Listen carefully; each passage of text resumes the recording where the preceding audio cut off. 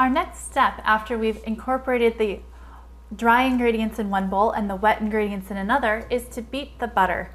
And we're going to start out with 1 stick of butter, which is equal to a half a cup of butter, or a 1/4 pound.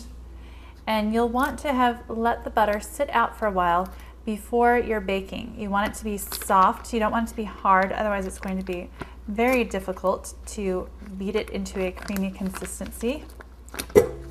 Just get that off of the paper. And we're going to start out with the mixer at a slower speed. Now you'll definitely want a stand mixer for mixing all of the ingredients together. It will save you greatly on muscle power.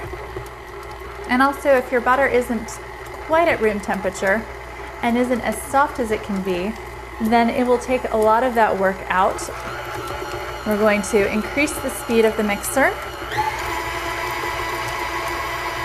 You want to make sure that your mixer isn't working too hard, which is one of the big reasons why you let the butter get soft first. It can easily burn a motor out if your butter is ice cold.